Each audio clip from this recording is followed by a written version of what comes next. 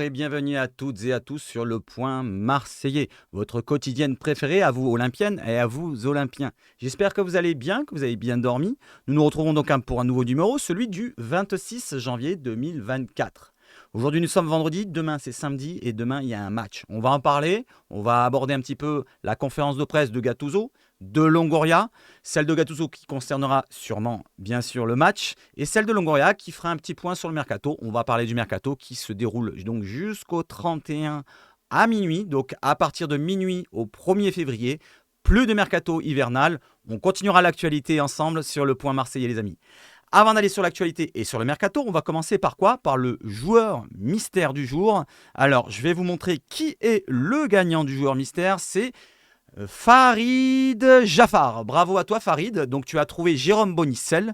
Alors tu as mis Bonizel, tu as mis qu'un S. Je ne sais pas s'il y avait deux S dans son nom, Jérôme Bonicel. Mais cela dit, je le valide. Je le valide. Donc bravo à toi. Tu fais partie de ceux qui auront le droit, pourquoi pas, de tenter leur chance pour la roue du maillot. Alors la roue du maillot, normalement, je la ferai tourner lors du live de 12h que je ferai sur Twitch. Ça se passera en avant-match et pendant le match et après le match face au Shakhtar le 22 février. Donc tenez-vous au courant de quand c'est que je vais le préparer. Donc je vais le préparer, je vais vous tenir au courant de cela. Allez, maintenant on va sur quoi? On va regarder le jeu du jour, parce qu'on a un autre jeu du jour. Allez, je vous montre vite fait, et ça concerne quoi? Ça concerne plutôt ça. Regardez, hop, tchac, voilà. Hop, on y va. Alors, vous devez trouver aujourd'hui donc un joueur qui a joué du côté de l'Olympique de Marseille entre 2000 et 2024. Alors, il n'est pas arrivé à 2000 et reparti en 2024. C'est juste qu'il est arrivé peut-être en 2000, en 2001, peut-être en 2002. C'est un poste, vous le voyez là, regardez dans l'axe. Voilà, est-ce que c'est un milieu offensif central? Peut-être, je ne suis pas sûr. En tout cas, son prénom est ici, son nom est de l'autre côté. N'hésitez pas à proposer. Il a joué 14 matchs, c'est marqué là ici, 14 matchs avec l'Olympique de Marseille. Allez, j'enlève ça. Et on va maintenant sur l'actualité. On y va tout de suite avec l'introduction.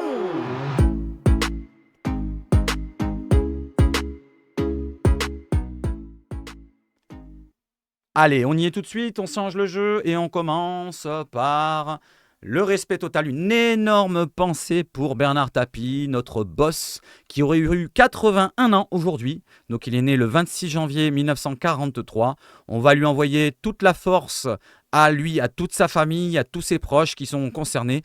Voilà, donc j'espère que tu vas bien là où tu es. Allez, on continue derrière avec l'éphéméride du jour les amis. N'hésitez pas à donner un petit mot sur Bernard Tapie, un mot qui le concernerait, s'il vous plaît, les amis. Allez, on a beaucoup de joueurs qui sont passés par l'Olympique de Marseille, beaucoup de personnes qui concernent l'OM, qui sont nées le 26 janvier. Alors, je vais les énumérer, et en plus, on a des joueurs récents. Leonardo Balerdi, c'est son anniversaire, donc n'hésitez pas à souhaiter un bon anniversaire à Léo Balerdi, on ne sait jamais qui regarde la vidéo, né en 1999 pile, donc il a 25 ans aujourd'hui. Bon anniversaire Léo. On a Nuno Tavares, là il a joué l'année dernière, il pourrait rejouer peut-être cette année. Attention, c'est encore dans les rumeurs, c'est encore dans les informations du moment pour le latéral gauche qu'on recherche. Donc qui a 24 ans, il a un an de moins que Leonardo Balerdi. Donc on va lui souhaiter bon anniversaire quand même à Nuno et que tu restes un petit peu loin de l'OM, ça nous ferait peut-être du bien. Voilà. Allez, on a notre joueur qui est né en 2000, c'est Alexandre Filippono, formé à l'Olympique de Marseille. Désormais, je crois qu'il joue en Ligue 2. Alors je cherche le nom, je ne sais pas si c'est pas Concarneau. Non, un truc comme ça. Je sais même pas si franchement, je sais même pas. Bon, bref, n'hésitez pas à me dire dans les commentaires si c'est bien Concarneau pour Alexandre Filippono. Florian Thauvin, né en 1993, la belle année. Donc, il a effectivement maintenant 31 ans déjà. 31 ans, il a passé les trentaines, quand même, Florian Thauvin, qui réclame de revenir en Ligue 1 et pourquoi pas à l'OM. Charlie Loubet, qui a joué dans les années fin 60-70. Jean-Pierre Tokoto et bien sûr Bernard Tapie. Allez, on enchaîne maintenant avec l'actualité. Et c'est quoi l'actualité quoi? L'actualité quoi? L'actualité quoi? Allez, on y va.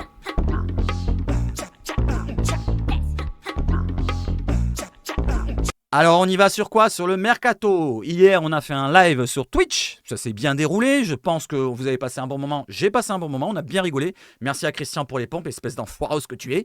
Donc...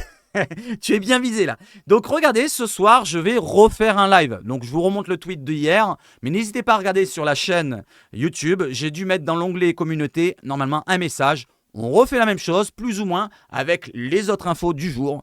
Pourquoi pas, on passera un bon moment ensemble. N'hésitez pas à venir nombreux. Partir de 20h30 sur Twitch. sur Twitch exclusivement. Allez, on va sur le mercato qui nous intéresse avant tout. Donc, j'ai relayé ça, j'ai oublié de le relayer, c'était hier. Mais bon, c'est pas grave, j'aurais pu le relayer hier matin, mais je vais vous le relayer maintenant. Ça concerne le mercato en général. Donc, il y a un dirigeant de Ligue 1 sur le mercato de l'OM qui nous a répondu du côté de l'équipe et qui nous dit que entre clubs concernés, on se parle et on hallucine un peu. On se demande jusqu'à combien de pistes ils peuvent mener de front. C'est assez déroutant, ça part dans tous les sens en concernant les recruteurs et les personnes du club de l'Olympique de Marseille. Donc ils cherchent à droite à gauche, ils ont plusieurs pistes et c'est normal parce qu'on recherche pratiquement à tous les postes. Bon, maintenant on a déjà recruté un milieu de terrain, un latéral gauche et un attaquant. Maintenant on essaie de recruter un latéral gauche et un autre milieu offensif. Donc c'est normal que les pistes se multiplient, surtout qu'on n'a plus beaucoup de temps, il nous reste encore 4-5 jours à peine.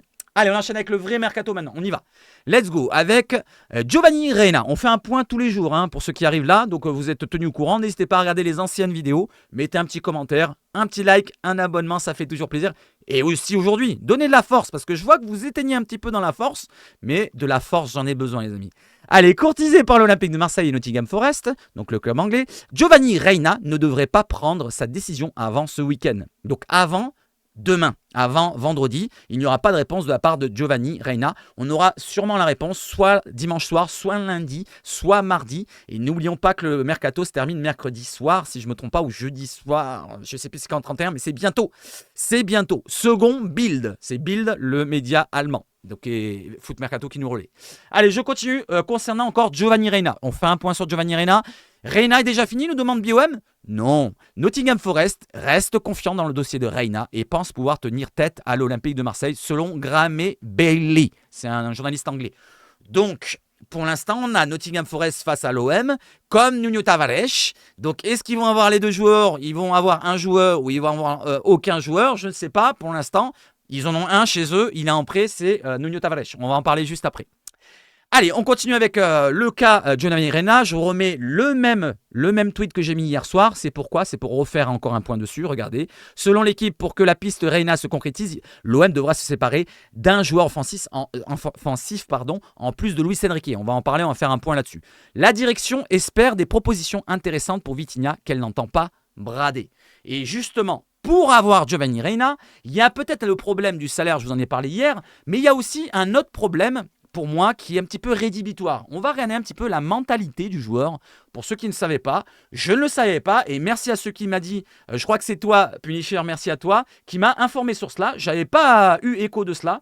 Donc le joueur, pendant la Coupe du Monde, il s'est mal comporté. Je vais vous lire ça, ça prend 2 secondes. Donc pendant la Coupe du Monde 2022, les joueurs américains avaient fait un vote pour exclure ou non Reyna, le joueur qu'on veut recruter. 12 joueurs des 25, c'est marqué en jaune, 12 joueurs des 25 coéquipiers donc de la sélection américaine de Giovanni Reyna auraient souhaité le voir quitter le camp de base des États-Unis au Qatar en raison de son mauvais comportement. Je vous lis tout. Le joueur de Dortmund a échappé à cette sanction à une voix près. Donc pour 13, il serait sorti de la Coupe du Monde et on aurait fait tout un ramdam. Le milieu de terrain offensif américain, Giovanni Reyna, a failli être renvoyé chez lui en pleine compétition en raison de son manque d'implication. Ça vous rappelle pas des anciens joueurs? Est-ce que ça peut pas poser problème? Alors je vous remets ça en jaune, ça s'est enlevé, voilà. Alors qu'il participait avec les États-Unis à la Coupe du Monde 2022, rapporte The Athletic, alors je mets une pause au-dessus, et ESPN, c'est deux médias quand même assez importants, le sélectionneur américain Greg Berhalter a révélé après l'élimination qu'un joueur, sans le nommer, donc il n'a pas nommé encore le joueur Reyna, n'avait pas répondu aux attentes pendant la compétition, aussi bien sur qu'en dehors du terrain. Donc il se comporte mal sur le terrain et en dehors du terrain. Donc moi je ne veux pas de garnement. Voilà, surtout qu'il n'a pas encore percé. Donc, à mon avis, c'est pas pour nous. Voilà, je veux pas de problème. Surtout qu'on va investir quand même pas mal d'argent. Il va avoir un gros salaire. Donc, non. Moi, je suis pas d'accord pour faire venir un joueur qui pose problème. Même s'il est jeune, il peut changer. Voilà, donc je sais pas ce que vous en pensez. N'hésitez pas à réagir. Nous étions prêts à réserver un billet d'avion retour, c'est dire à quel point la situation était extrême. Voilà pour le petit point pour le mental de Reyna. Est-ce que c'est vraiment un bon comportement et un bon joueur à faire venir à l'OM? N'hésitez pas à réagir. C'est la deuxième fois que je le dis. Fada. Allez, je continue. Allez, justement, donc on enchaîne maintenant avec le mercato et on reviendra sur les points des offensifs avec Luis Enrique, Vitinha, pourquoi pas. Mais on va maintenant sur les latéraux. Donc, vous avez vu hier, je vous l'ai relié, Santi Aouna de Foot Mercato qui nous avait dit que Quentin Merlin était toqué avec l'Olympique de Marseille, mais attend le go de Nantes pour partir. Massadio Aïdara, le Lensois, est OK avec le FC Nantes, mais attend le go de Lens pour partir.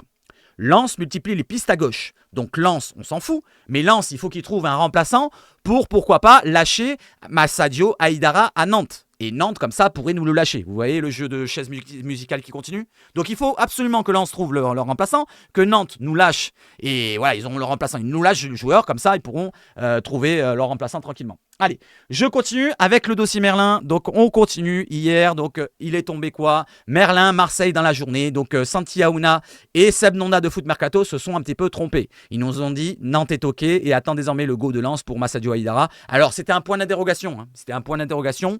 Voilà, donc c'était vraiment... Ils sentaient bien la chose, mais c'était pas le cas. Voilà, on continue. Et on continue avec quoi? Justement, regardez ce que font les Nantais. Ils ont peut-être la piste Haïdara qui va se faire, mais ils recherchent maintenant à proposer au club de Boavista de recruter Bruno Onyemachi, donc le Nigérian qui est à la CAN actuellement. On avait d'ailleurs dans les rumeurs du côté de l'Olympique de Marseille, c'est un latéral gauche. Donc, est-ce que la piste Haïdara va être abandonnée et ils vont se repositionner sur lui? Ça va traîner encore en longueur. Et je pense que Merlin, au bout d'un moment, il va en avoir ras-le-bol. Et justement, on va en parler derrière. Donc on s'en fout des chiffres, mais Nantes est intéressé par Bruno Onyemachi. L'OM ne va pas t'attendre indéfiniment et pourrait donc se tourner vers d'autres pistes, nous dit Foot Mercato. Eh ben on continue justement. Et si ça commence à énerver Merlin, voilà qu'est-ce qui nous arrive à Merlin. Merlin rentre en guerre avec le club nantais. Avec une énorme envie de rejoindre l'Olympique de Marseille et lassé par la situation, Quentin Merlin a fait savoir au FC Nantes qu'il n'était pas apte à jouer face à Reims ce dimanche. Donc il fait le boudeur. Alors, est-ce que ça vous dérange à vous d'avoir un joueur qui boude avec son ancien club pour venir à l'OM? Est-ce que ça vous dérange à vous? N'hésitez pas à me dire. Donc là, c'est peut-être un bon cas parce qu'en fait, si on regarde le dossier de plus près, Quentin Merlin, comment dire, on lui avait promis, il avait une promesse qui devait être tenue par les Nantais. Donc l'année dernière, il devrait partir en Angleterre, mais il s'est blessé avant de partir. Donc il est resté à Nantes. Derrière, on lui a promis que s'il y avait une offre, je ne sais plus de quelle somme exactement, qui était intéressante pour Nantes, on va dire, il devrait le laisser partir à Quentin Merlin. Donc là, maintenant, l'offre est arrivée, les 10 plus 2 millions, et ils sont d'accord avec le club marseillais. Pourquoi ils le retiennent? Normalement, il devrait partir. Voilà, il devrait se débrouiller du côté de Nantes à trouver le remplaçant. Voilà pourquoi ça attend un petit peu la situation entre le FC Nantes et Quentin Merlin. Mais cela dit, moi, je vais vous donner mon avis là-dessus. Attention à lui. Attention à lui parce que si l'OM va se positionner sur un autre latéral gauche, parce qu'il n'y a pas que lui dans le marché, il n'y en a pas beaucoup quand même, mais il n'y a pas que lui, et bien derrière... Valdemar Kita, il va pas le rater. Le FC Nantes va pas le rater. Voilà, donc je lui souhaite bon courage pour qu'il arrive à l'OM. S'il vient à l'OM, on va l'encourager comme il faut. Donc moi, c'est ma piste que je voudrais en ce moment parce que finalement, quand on regarde les autres, il faut abandonner un petit peu. Nuno Tavares, ça me plaît pas trop. Truffert, c'est trop cher. Et on va parler de Angelino peut-être derrière, pas encore, mais on va en parler quand même. Allez, justement, une autre piste côté latéral gauche. Donc c'est Tavares, toujours au même point. Selon Fabrizio Romano qui nous a relayé ça, l'OM veut un transfert sec. Arsenal est prêt à le vendre dès maintenant. Donc tout le monde est d'accord. Nottingham Forest, pas d'accord. Voilà, donc le Nottingham Forest, c'est ceux qui ont le Nuno Tavares chez eux en prêt. Et ils ne veulent pas le lâcher. Ils ne veulent pas le résilier, le prêt pour Nuno en janvier. Donc on est dans l'attente, que ce soit pour Quentin Merlin, que ce soit pour Tavares. Donc ça serait peut-être un autre choix. Et d'ailleurs, on va en parler pendant la conférence de Longoria qui parle de 3 pistes pour les latéraux. Allez, je continue justement avec cette piste-là, donc Nuno Tavares. Bon, et là c'est mon avis. Bon, Nottingham nous bloque pour Reina, nous bloque pour Tavares. J'ai l'impression, pour ma part, qu'il vaudrait mieux abandonner les deux directement et se positionner sur un autre. Alors peut-être que c'est ce qu'ils ont fait déjà, l'Olympique de Marseille, à mon avis. On doit déjà avoir d'autres solutions déjà en milieu offensif à la place d'un Reina et une autre solution défensive, ou latérale gauche plutôt, pour Quentin Merlin ou un autre. Je ne sais pas ce que vous en pensez, mais moi je le pense. Allez, je continue avec le côté de latéral gauche. Selon la Provence, c'est tombé aujourd'hui, des sources internes du club marseillais font état d'un duel final entre Quentin Merlin et Tavares. Hier, je vous ai parlé de 50-50. Donc là, c'est 50-50, mais il y a un petit avantage parce que le staff pousse. Voilà, donc regardez, il y a marqué Quentin Merlin a nettement les faveurs du staff. Ça concerne quoi? Longoria, j'allais dire. Non, Gattuso, toute son équipe et pourquoi pas Benassia qui voulait peut-être prendre Quentin Merlin aussi. Pour Nuno Tavares, n'oubliez pas, c'est le clan plutôt Longoria qui voulait Nuno Tavares. Donc, on continue. Un proche du dossier, Quentin Merlin, hier soir, nous répond, donc du côté de la Provence, c'est bien engagé. Pour Quentin Merlin, ça serait bien engagé, mais on attend toujours. Alors, je ne sais pas ce qui manque. Est-ce que Nantes font traîner jusqu'au 31, comme on avait fait avec Rongier, que ça va être après encore la date? Je ne sais pas, mais encore. En tout cas, Donnez-moi votre avis. Est-ce que vous pensez que ça sera un Quentin Merlin, un Tavares ou un troisième qu'on ne connaît pas encore? Donnez-moi votre avis. Allez, justement, je continue avec le troisième qui aurait pu être lui, Angelino, qui attend désormais l'AS Roma. Non, il ne viendra pas donc à l'Olympique de Marseille, selon Di Marzio, qui nous avait relayé ça hier soir déjà. Aujourd'hui, le joueur a recalé le Betis Séville et a mis l'OM en stand-by. Donc l'OM est toujours en attente, mais ça m'énerve, moi. Je veux dire, on va pas ramasser les... Voilà, vous voyez ce que je veux dire, les déchets. Donc au bout d'un moment, le mec, il a choisi l'AS Roma, bah, next. Voilà, next. Moi, ça m'énerve. Ça m'énerve, tous les joueurs ils refusent, nous on récupère soit les joueurs qui ne jouent plus, soit voilà, donc c'est bon. Allez, on passe sur Angelino, on va maintenant sur les offensifs avec Ismaïla Sarr. Vous l'avez vu peut-être, ou vous l'avez pas vu, mais on va en parler ensemble, je vais vous donner mon avis. Donc Marcelino aimerait, donc il y a un T normalement, BOM, une grosse erreur, Marcelino c'est il aimerait, donc c'est pas avec un S, avoir Ismaïla Sarr en prêt à Villarreal. L'OM ne veut qu'un transfert sec et les discussions continuent selon Relevo, c'est un média espagnol. Donc qu'est-ce que vous en pensez de ça, de ce dossier de Ismaïla Sarr, et combien vous voulez comme argent si c'est un transfert sec? Parce que juste derrière justement on va parler d'argent et c'est Fabrice Hawkins, le journaliste de RMC Sport, qui nous parle d'argent et de transfert de montant que réclame l'OM. L'OM veut récupérer environ 13 millions d'euros, bonus compris, en cas de départ d'Ismaïla Sarr. C'est la somme que l'OM a investie sur le transfert. On a investi 13 millions d'euros sur Ismaïla Sarr. Cela dit, il a une cote, on l'a vu hier soir en live, de 20 millions sur Transfermarkt. Donc est-ce qu'on peut pas en prendre un petit peu plus d'Ismaïla Sarr? Je ne sais pas ce que vous en pensez. Il est encore jeune, il a que 24-25 ans je crois. Donnez-moi son âge dans les commentaires. Mais en tout cas, moi j'estimerais qu'avoir un peu plus peut-être. Voilà, je sais pas ce que vous en pensez, n'hésitez pas. Villarreal pense à un prêt, les dirigeants olympiens aimeraient une vente. Donc on revient à la même chose. Cela dit, ils ont juste rajouté du côté d'RMC la somme que réclame donc l'Olympique de Marseille, c'est 13 millions d'euros environ. Est-ce que c'est assez pour vous? Pas assez? Ou est-ce que vous vous en foutez qu'ils partent le plus vite possible, même pour 1 million? Allez, c'est vous qui choisissez le prix. Je continue sur Ismaïla Sarr, on va terminer avec Fabrizio Romano, le goth du Mercato, qui nous dit que Ismaïla Sarr suscite l'intérêt car il pourrait quitter l'Olympique de Marseille, comme a rappelé Fabrice Hawkins, donc le journaliste juste avant. Plusieurs clubs souhaitent signer Sarr dans les derniers jours, dont Villarreal. Il n'y a pas que Villarreal, tout le monde parle que de Villarreal, mais il y a plusieurs autres clubs, peut-être des clubs de Première Ligue ou peut-être des clubs d'Italie, je ne sais pas, mais en tout cas il y a plusieurs clubs, pas que le Villarreal, selon Fabrizio Romano. Allez, on termine avec Sarr peut-être. La Minute OM qui nous donne son avis. Alors, je ne sais pas si c'est une info ou un avis.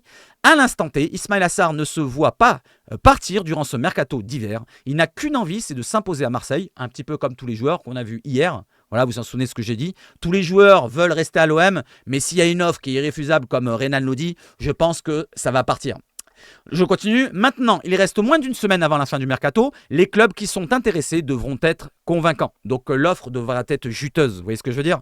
Par exemple, Villarreal, s'ils le veulent, ils doivent investir au moins 13 millions d'euros. C'est ce que réclame l'OM. S'ils investissent 10 millions d'euros plus 1 million de bonus, ils diront non, je pense. On va être un petit peu comme ça. Normalement, faut un petit peu montrer les crocs du côté de l'OM. Hein. J'espère qu'ils vont le faire, qu'ils vont pas le lâcher, le brader. Allez, on continue. Et on va sur une autre piste offensive avec cette fois encore départ, c'est du côté de Mug. François-Régis Mug, l'AS Saint-Etienne aimerait bien se faire prêter notre jeune ailier droit camerounais jusqu'à la fin de la saison selon l'équipe. Je vous demande votre avis. Qu'est-ce que vous en pensez de ce choix-là? Est-ce que vous pensez que François devrait partir en prêt? Que ce soit l'AS Saint-Etienne ou un autre club, hein, je m'en fous franchement. Là, c'est un club de Ligue 2. L'AS Saint-Etienne est 6e au classement, un truc comme ça en Ligue 2. Moi, je lui conseillerais, moi, si j'étais son agent et son conseiller, je lui dirais, vas-y François, fonce. Tu verras que tu n'auras pas de temps de jeu à l'OM quand ils reviendront les joueurs de la CAN. Et même sans les joueurs de la CAN qui ne seraient pas là, je ne sais pas s'ils auraient eu tout le temps du temps de jeu. Donc voilà, je lui donnerai le choix, je lui donnerai mon conseil d'y aller les yeux fermés en prêt. N'hésitez pas à me dire. Allez, je continue avec un autre joueur offensif qui est sur le départ. C'est Seb Ashfoot qui nous relaie ça. Selon la Provence, petit point, Luis Enrique. L'OM aurait bien reçu une offre de 5 millions d'euros que je vous ai relayé la dernière fois, plus 500 000 euros de bonus de l'Atlético Mineiro pour Luis Enrique. L'offre a été refusée par l'Olympique de Marseille qui en réclame toujours près de 8 millions d'euros. Donc on réclame la somme qu'on a investie, un peu comme le Sarr, juste avant 13. Cette fois, c'est 8 millions d'euros qu'on avait investi sur Luis Enrique. Et c'est pareil, moi j'aimerais bien... Non, c'est pas la même chose. J'aurais bien aimé le voir un peu plus en longueur. Je sais pas, c'est dommage. C'est dommage. Après, je pense que peut-être qu'il a peut-être le mal de Marseille, je sais pas. Ou alors peut-être que c'est la direction qui veut se séparer de lui, je sais pas. Dites-moi, qu'est-ce que vous en pensez? Le point de Luis Enrique. Allez, pour le mercato, je crois qu'on a plus ou moins terminé. On va sur autre chose et on y va tout de suite.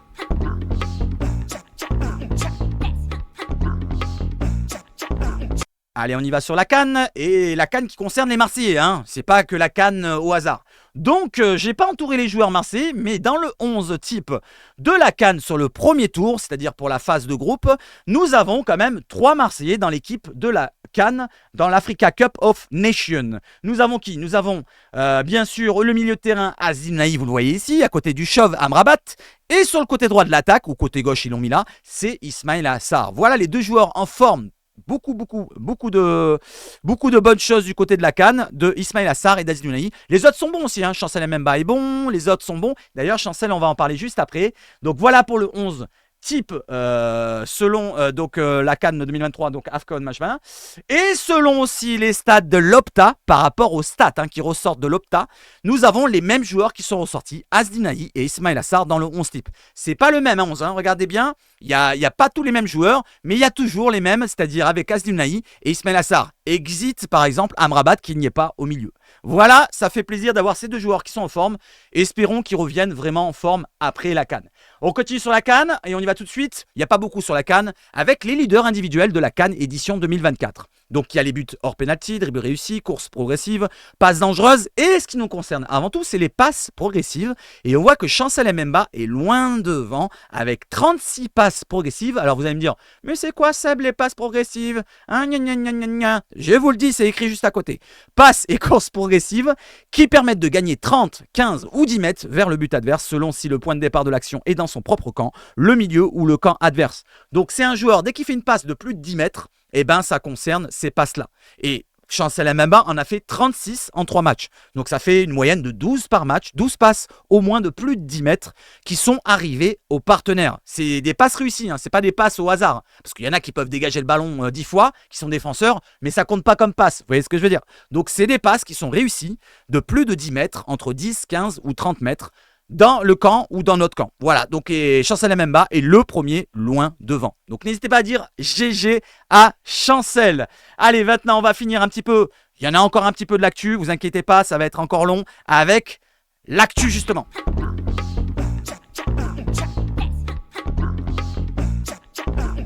Allez, on y est sur l'actu avec la faute, elle est un petit peu trouble. C'est Sabache Foot qui voudrait ça, mais bon, c'est pas grave, on a fait comme on pouvait.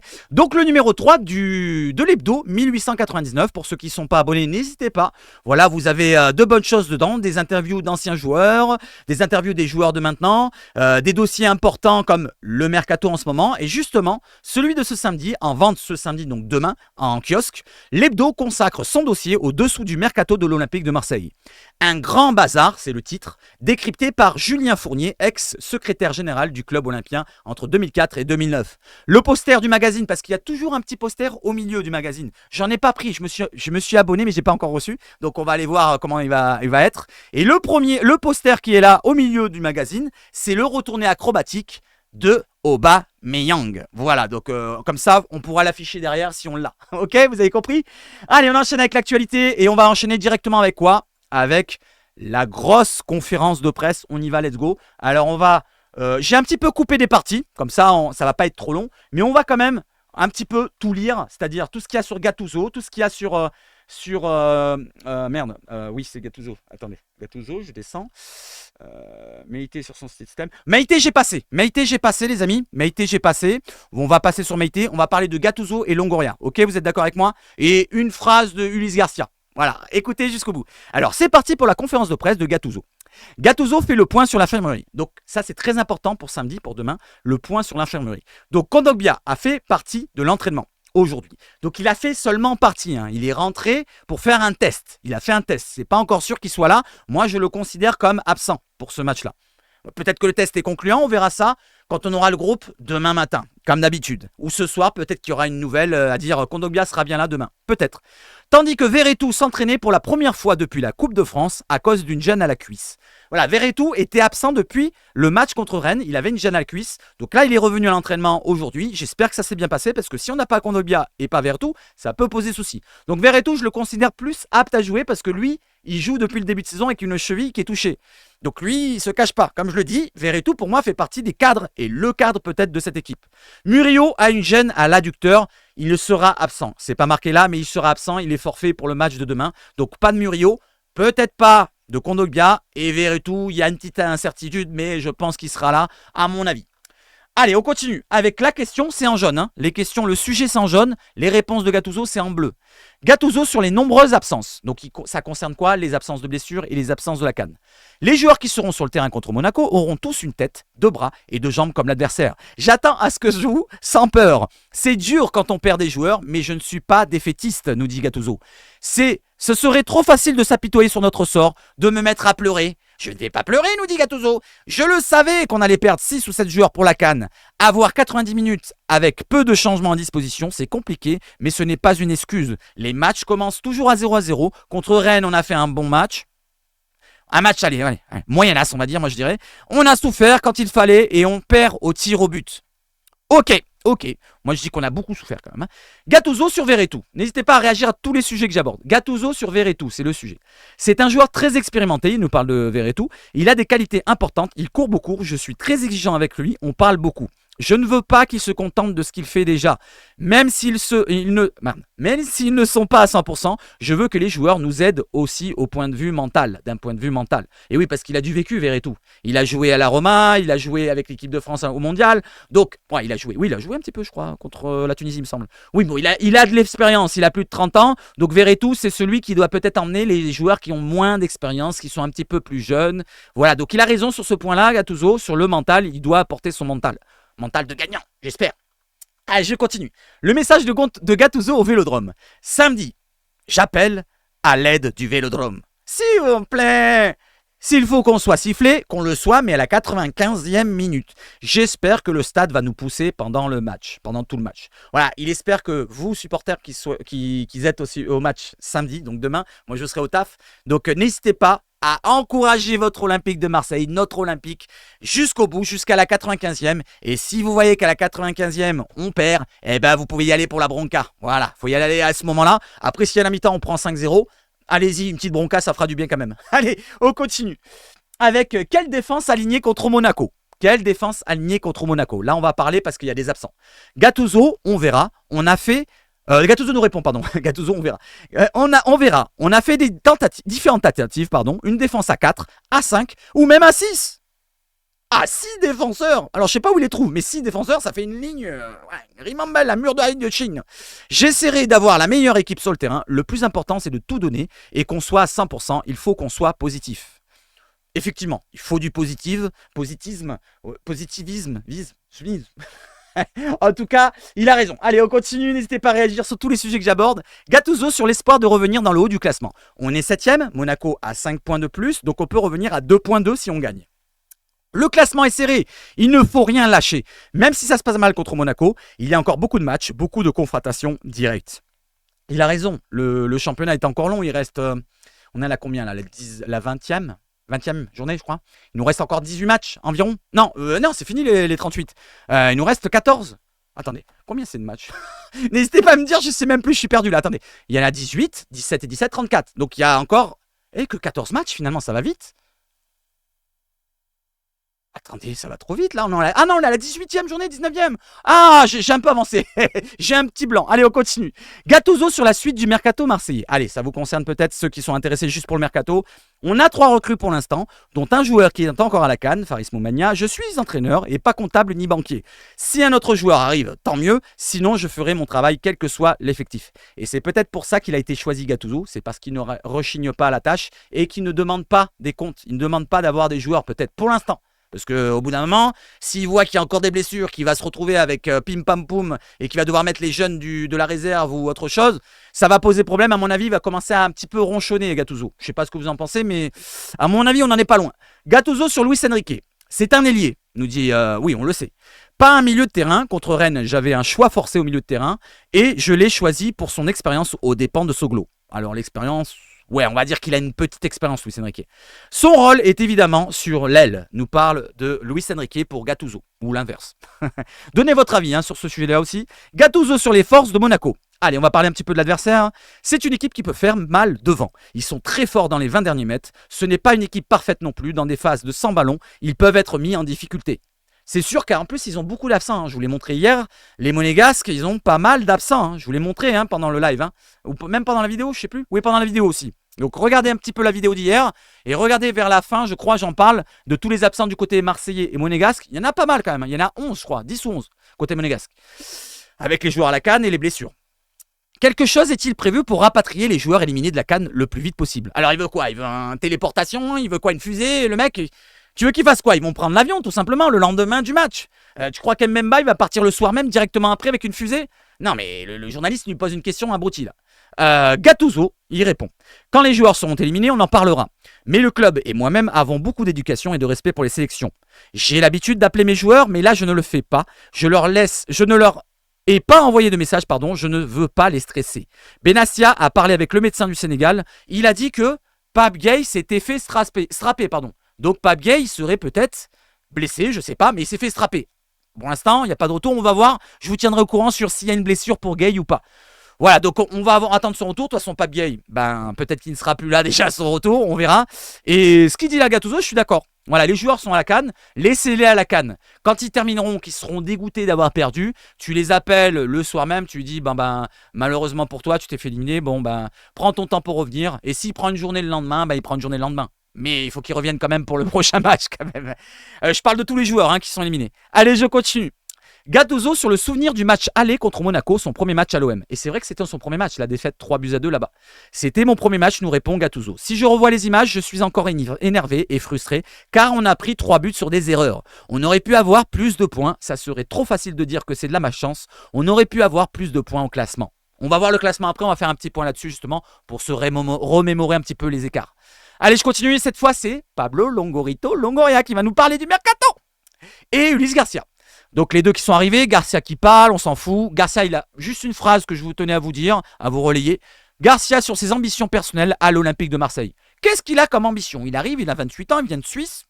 Qu'est-ce qu'il a comme ambition? Je suis très compétitif, nous dit Ulysse Garcia. Je veux jouer les matchs et les gagner. Je veux m'imposer en tant que joueur et en tant que caractère dans le vestiaire. J'ai 28 ans, c'est le meilleur âge dans ma carrière. Donc lui, vous verrez, pourquoi pas concurrencer le titulaire qui arriverait. Et ça, je trouve ça une bonne mentalité. Voilà, si vraiment il le pense et qu'il va se battre pour avoir cette place-là, ça pourrait pousser l'autre joueur qui va arriver, si c'est Quentin Merlin ou un autre. Voilà, ça c'est une bonne chose. Après, tous les joueurs, ils vont pas dire « Ouais, j'arrive, je suis pas compétitif, je m'en fous, moi je viens comme ça, voilà, on m'a donné 200 000 par mois, bats les couilles du reste. Moi le sportif, je m'en bats les couilles. Allez, moi on me donne l'argent et je viens ici. » Je fais l'accent pied noir, je sais pas pourquoi, mais bon. Allez, on continue les Garcia, merci à toi, qui nous parle et on s'en fout. Allez, Longoria maintenant, qui va nous parler du mercato. D'abord, il nous parle sur les absences des joueurs qui sont à la CAN. Comment il va se défendre là? Comment il va se défendre? Allez, je vous lis ça. Longoria sur l'absence des joueurs partis à la CAN. Longoria qui nous répond. Si on prend en considération le... J'arrête avec sa voix. Si on prend en considération le nombre de blessés et les joueurs à la CAN, comment on le vit dans le quotidien? Avec sérénité. Il faut respecter les conditions et les joueurs. La CAN est une compétition importante pour les joueurs africains. C'est un moment important dans leur vie professionnelle. Il a raison. Voilà, on ne doit pas leur dire de refuser la compétition, de refuser aller à la CAN. J'espère qu'ils ne l'ont pas dit à Mug. Non, refuse d'y aller. Parce que s'il faut, il y aura un retour bientôt. On va entendre parler que c'est l'OM qui lui a dit de refuser. Mais non, ce n'est pas le cas. Apparemment, ce n'est pas le cas. Je l'espère.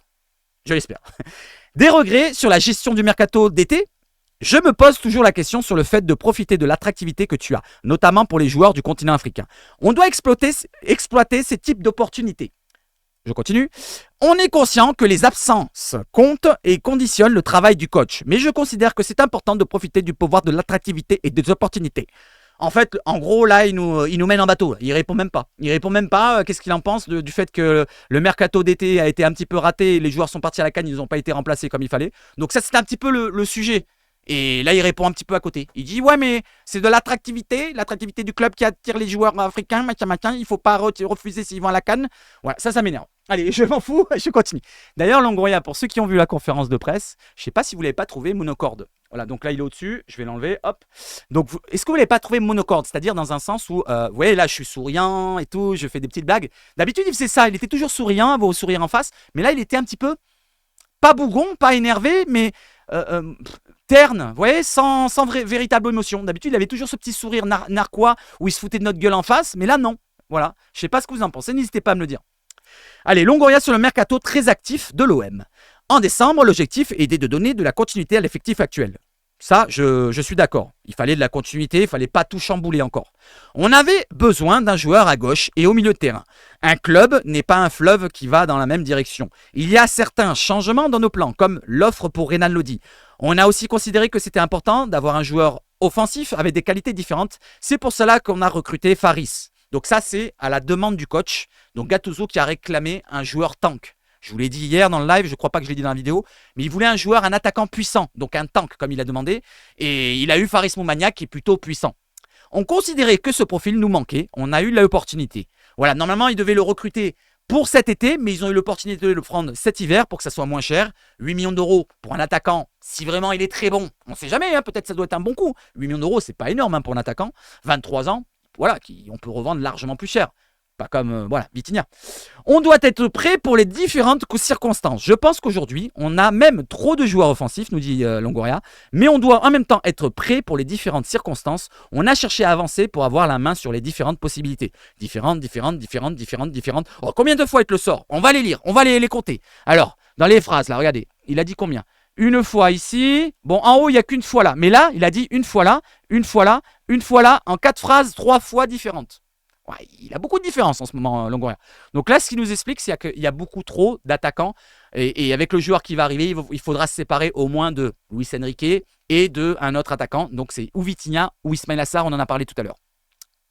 Après, Longoria qui nous dit que Quentin Merlin, il nous parle de Quentin Merlin. Donc Longoria sur l'arrivée de Quentin Merlin. Je n'aime pas parler des joueurs sous contrat avec des autres clubs. Il n'aime pas parler, mais il aime parler avec eux directement. La réalité est qu'on travaille en parallèle sur 3 joueurs. Sur les latéraux, le poste de latéral gauche, 3 pistes. Donc on a Merlin, Tavares, le 3e, je ne sais pas. Dites-moi, quel est pour vous le 3e joueur? Est-ce que ça sera peut-être lui? Peut-être un inconnu pour l'instant, parce que c'est pas Angelino, je pense pas, à moins que c'est celui-là. Ou alors est-ce que c'est Bradley Loco qu'on a entendu parler, mais c'était juste des renseignements? Voilà. Qu'est-ce que vous en pensez? N'hésitez pas à me dire. Voilà, je continue. Il y a eu des conversations entre clubs, donc l'OM et Nantes, sur Quentin Merlin. Mais je ne rentrerai pas dans les détails. Donc cela dit, à mon avis, on n'est pas loin du bout. Soit ça ne se fait pas, Nantes va mettre un haut là et stop, il reste à la maison, il est puni à Nantes. Soit on va l'avoir dans pas longtemps. Aujourd'hui peut-être. Voilà. Écoutez bien un peu les informations si vous voulez le savoir. Sinon, vous m'écoutez demain. Ou ce soir, tiens. Peut-être que ce soir, il sera annoncé en plein live. Longoria sur un éventuel intérêt de Villarreal pour Ismail Assar. On en a parlé tout à l'heure. Il n'y a pas d'offre officielle, nous dit Pablo Longoria. Il y a beaucoup de rumeurs, des discussions informelles sans rien de concret pour l'instant. C'est un joueur pénalisé par le passage en 3-5-2, donc le schéma de Gattuso actuellement, car c'est un ailier. Mais moi, je vous l'ai expliqué, il peut pourquoi pas dépanner sur un rôle de piston. Ça aurait pu pendant des matchs, certains matchs, je sais pas. Moi, je me souviens de Luis Enrique qui était normalement un ailier et il a joué piston gauche. Je vous le rappelle, je vous le répète, ça peut vous gonfler, mais en tant que piston gauche, il a été meilleur que ailier. Notre cher Luis Enrique, 10 matchs en tant que piston gauche avec Sampaoli et pour 5 passes décisives. Allez, je continue. Car c'est un ailier.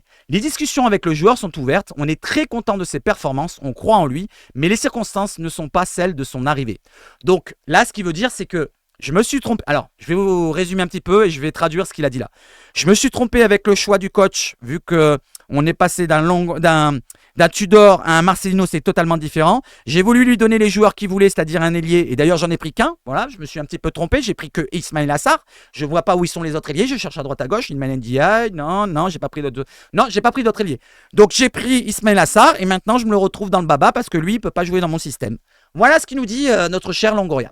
Donc c'est une erreur encore de la gestion estivale. Voilà plus ou moins pour la conférence de presse. Donnez votre avis sur tous les sujets que j'ai abordés. Et on va terminer sur de l'actu un petit peu plus légère avec de la vente OM. Allez, d'abord, on y va sur le match avec Baimo Maïté qui nous répond pendant la conférence de presse. Au moins, on aura lu ça. On prépare sérieusement cette rencontre contre Monaco. On aime jouer ce genre de match à l'Orange Vélodrome. Cette ferveur est exceptionnelle, nous dit Maïmo. Alors, Baimo, il a l'air d'être franchement posé comme type. Il est très jeune, mais il est très très posé. Je trouve que c'est une bonne chose pour un défenseur. Il y en a qui sont certains excités, mais lui, il a un côté un peu posé comme Chancel. À un degré moindre, parce que Chancel, c'est un demi-dieu et c'est autre chose. Mais il est quand même assez posé à son âge. Je trouve que c'est une bonne chose. Allez, je continue avec la Ligue 1 qui nous informe que l'Olympique de Marseille contre l'AS Monaco, donc samedi 21h, avec une stat, c'est quoi déjà? Pourquoi j'ai noté ça? L'OM est invaincu depuis 7 rencontres en Ligue 1 Uber Eats, 4 victoires et 3 nuls. Donc l'OM est invaincu depuis 7 matchs, c'est bien. Mieux, les Olympiens n'ont perdu aucun de leurs 13 matchs à l'Orange Vélodrome, toutes compétitions confondues. Ah oui, c'est une stat. Cette saison, 9 victoires, 4 nuls. Une première depuis 25 ans. Depuis 25 ans, donc on n'a pas fait un aussi bon départ à domicile. Pour sa part, l'AS Monaco est reparti victorieux de ses 2 derniers déplacements. Donc les 2 derniers déplacements de l'AS Monaco, à Reims, difficile quand même d'aller gagner là-bas, et au FC Lyon. Voilà, n'hésitez pas à réagir aussi. Allez, on regarde le classement, j'avais dit, je vous l'avais promis. Donc les puputes qui sont premières en haut, Nice deuxième avec 35 points. On regarde à partir de Nice, parce que c'est ce qui nous concerne. Au-dessus 43, c'est trop loin, on a 15 points de retard. Déjà, voilà. Qu'est-ce que je dis? Logiquement, l'OM doit être à la place de Nice, à la limite. Et encore, on devrait être devant. Mais qu'est-ce que je veux que je dise? On est derrière. Donc, Monaco est 4e avec 33 points et l'OM est 7e avec 28 points, comme il a dit tout à l'heure. Il y a exactement 5 points de retard. Si on gagne, bien sûr, on revient à 2 points. Si on perd, on est à 8 points. Si on perd, on est mal. Si on perd, on se retrouve 8e. Voilà, on va retrouver 8e parce que Lens, je ne sais pas contre qui ils jouent, mais ils peuvent nous passer devant. Ah, c'est peut-être Lens-Paris, je crois, un truc comme ça. Mais on s'en fout. Mais en tout cas, il y a beaucoup d'équipes qui vont faire le trou. Par exemple, Lille, il faut faire attention à eux. Monaco, il faut faire attention à eux. Nice, on ne sait jamais, ça peut tenir cette saison. Et Brest, bon, je vous le dis depuis le début de saison, ça ne tiendra pas, mais on ne sait jamais ce qui peut arriver. Voilà, et on en est à la 18e journée, exactement. Donc c'est la 19e journée, il reste encore 16 rencontres, exactement. 16. Donc si on perd, je touche du bois qu'on ne perde pas contre Monaco, il restera 15 matchs derrière, donc encore 45 points à aller chercher. Voilà, moins les points de Paris, parce que finalement, on n'est pas apte à gagner des matchs de temps en temps contre Paris, à part en Coupe de France, avec un match exceptionnel, certes, mais on n'est pas capable de gagner. Voilà. Même quand on a des balles de but, n'est-ce pas, mon petit Conrad de merde. Voilà, ceux qui se souviennent avec Sampaoli, et ben voilà, on ne peut pas gagner. Allez, on continue avec l'actualité, les amis. On y va, let's go, avec les revenus. Les revenus du côté des clubs européens. Donc l'Olympique de Marseille rentre dans le top 20 européen. Regardez, ils sont juste derrière le Napoli tout en bas, Marsiglia, avec 258 millions, 4 de ressources financières. Et l'année dernière, c'était 237 millions. Donc il y a plus 20%, plus 20 millions, ou plus 20%. Là, c'est les pourcentages. Plus 20% environ dans le petite gérance financière. C'est une bonne chose. On continue de progresser, malgré que le niveau descende un petit peu. Bon, c'est pas grave. Allez, on continue. Avec Kim Nielsen qui nous relaie quoi? Qui nous relaie que les féminines. L'Olympique de Marseille qui affronta en Coupe de France de 8e de finale dimanche à 14h. Et le match sera diffusé sur le compte ffftv.fr. C'est gratuit. Je me suis créé un compte tout à l'heure. Je ne vous le montre pas parce qu'il y a mon nom en gros. Mais vous créez un compte, vous cliquez sur le lien sur le compte Twitter de lui, là, Kim Nielsen. N'hésitez pas. Voilà, vous cliquez dessus ici. Et ça vous envoie sur un site. Vous mettez votre petite adresse mail. C'est gratuit. Voilà, c'est gratuit. Et vous pouvez voir le match gratuit de l'Olympique de Marseille pour les encourager. Voilà, sur le site. Allez, on continue avec la vente OM, les amis. On y va? Allez, on y est. La vente OM. La minute OM qui nous relaie quoi? Le prince Abdullah Saad Abdulaziz Al Saoud, membre de la famille royale saoudienne, a été interrogé par le média Carré sur la possibilité du rachat de l'OM par l'Arabie Saoudite. Et il nous répond donc, ce prince-là, je pense que c'est un bon placement d'investir en France, Marseille ou Monaco. Oui, parce que ça se passait à Monaco, c'est pour ça qu'il rajoute Monaco. Ces équipes sont bonnes. Je connais Marseille, Djibril Cissé, Ravanelli. C'est une bonne équipe. Il revient à l'ancien temps. Ravanelli, ça fait quand même plus de 25 ans. 20 ans, 25 ans presque. Je ne sais pas ce qu'il se passe entre l'Arabie Saoudite et Zinedine Zidane à propos de Marseille, mais tout est possible. Zinedine Zidane est un bon entraîneur et c'est une légende, bien sûr, nous répond. Pas la personne que vous voyez là, mais plutôt la personne qui est là, le petit joufflu là. Voilà, donc c'est plutôt lui. C'est plutôt lui qui a répondu. Voilà, il s'est trompé de photo. D'ailleurs, je vous le montre vite fait. Sur la chaîne quoi, Le Carré, vous l'avez là. N'hésitez pas à aller voir la vidéo. Donc le petit passage, c'est entre la 30e seconde environ jusqu'à là. Vous pouvez regarder jusqu'à la 2e minute. Voilà, jusqu'à la 2e minute, ça parle de l'OM. Tout ce passage là au milieu de la vidéo, c'est pas long. Voilà, vous pouvez regarder la vidéo qui est tombée sur la chaîne Carré YouTube. Allez, on y va, on continue avec cette info-là avec Thibaut Vizerian qui nous dit que ce prince-là est le cousin de MBS, Mohamed Ben Salman, le prince saoudien. Leur père, son frère, comprenez, il ne dira pas de bêtises de son pays. Ok, on peut, je sais pas, comment vous le prenez? Donnez-moi votre avis. On continue avec, juste pour déconner, voilà, juste pour déconner, j'ai enlevé une page d'ailleurs, mais c'est pas grave, juste pour déconner, Planète OM qui nous met Thibaut Vizerian en mode saoudien, vente OM, et il se dit quoi? Il y a un truc qui cloche, mais j'arrive pas à trouver quoi. C'est plutôt pour rigoler sur la fin. Voilà les amis, on va terminer sur quoi? Sur des images de l'entraînement d'hier avec Luis Enrique qu'on voit à l'entraînement qui est toujours là. On a plusieurs jeunes comme Sidi Ali qui est encore derrière, celui de la réserve, Negoué, lui je reconnais pas de dos, je ne sais pas, mais en tout cas on avance, tchac, Vitinha et tout le reste, Negoué encore de derrière, on continue, Luis Enrique encore avec Vertu, voilà là là. Donc Vertu était là, hein. Vertu était là, était bien là. Donc ça va bien pour lui. Mayo Katika, Correa on le voit, Aubameyang de dos, tchac tchac, on avance, tchac tchac, Gigot, ça va bien, ta ta ta ta, on avance. Et il y a encore 2-3 photos, on avance, tchac, Gattuso, 4 de ballon, comme ça, on avance, et on avance. Voilà les amis, j'espère que vous avez passé un bon moment en mon compagnie. J'espère que vous me donnerez beaucoup de poutous et beaucoup de force dans cette vidéo. J'en ai besoin, j'en ai besoin, j'en ai besoin, j'en ai besoin. Voilà, je fais du gros travail pour vous. J'espère que ça vous plaît. Voilà, si ça vous plaît pas, il faudra me le dire au bout d'un moment. On verra bien de toute façon. On verra bien comment elle tourne ce point Marseillais, comment elle tourne cette quotidienne. Si ça tourne bien, on continuera jusqu'à la fin des temps. Si ça tourne mal, eh ben on arrêtera, stoppera comme tous les projets que j'ai abordés. Voilà, qui se sont stoppés au bout d'un moment. C'est à vous de me faire vivre la quotidienne. C'est pas à moi. Moi, je peux arrêter à tout moment. Faites-moi plaisir. Donnez de la force. Je dis pas que vous en donnez pas, mais c'est juste que continuez comme ça. Vous avez compris? Allez, vive le foot chez Savage Foot et surtout, allez,